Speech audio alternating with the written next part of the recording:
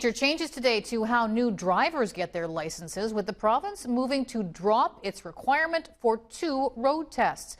For more on that, we'll bring in Rob Shaw at the BC Legislature. Now, Rob, we're still trying to sort all these pieces out as part of this surprise legislation from the government late this afternoon. Tell us what you know.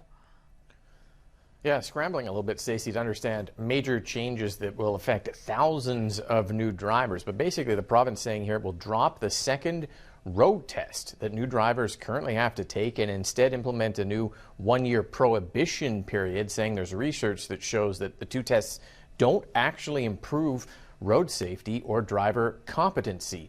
This is the first big overhaul to BC's graduated licensing program since it gave us those little L and N signs almost 25 years ago. It is based on the idea that you could maybe have a good or bad day on a test, but that's not quite as important as your driving record. It also moves BC in line with other provinces like Alberta, which just ended its second test for graduated licensing, leaving Ontario the only province left to do the 2 road tests.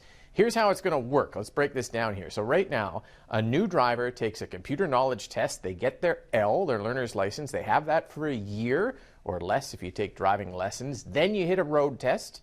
You get your N, that new driver's license. You have that for at least 2 years. You do another road test. And finally, you get your full driver's license. Here are the changes here. It's the same process to get to that L and through the L. Then after 2 years of clean driving with your N, you don't have to take the second road test. You just get your full Class 5 license, except you have a year, 12 months of a probationary period, zero tolerance for drugs, alcohol, electronic devices. If you violate that, you start your 12-month probation period all over again. Here's the minister today. So we think, backed up by the research that's been done, that this is a change that's welcomed by the people. It will also speed up the service that's delivered by ICBC in getting road tests, etc.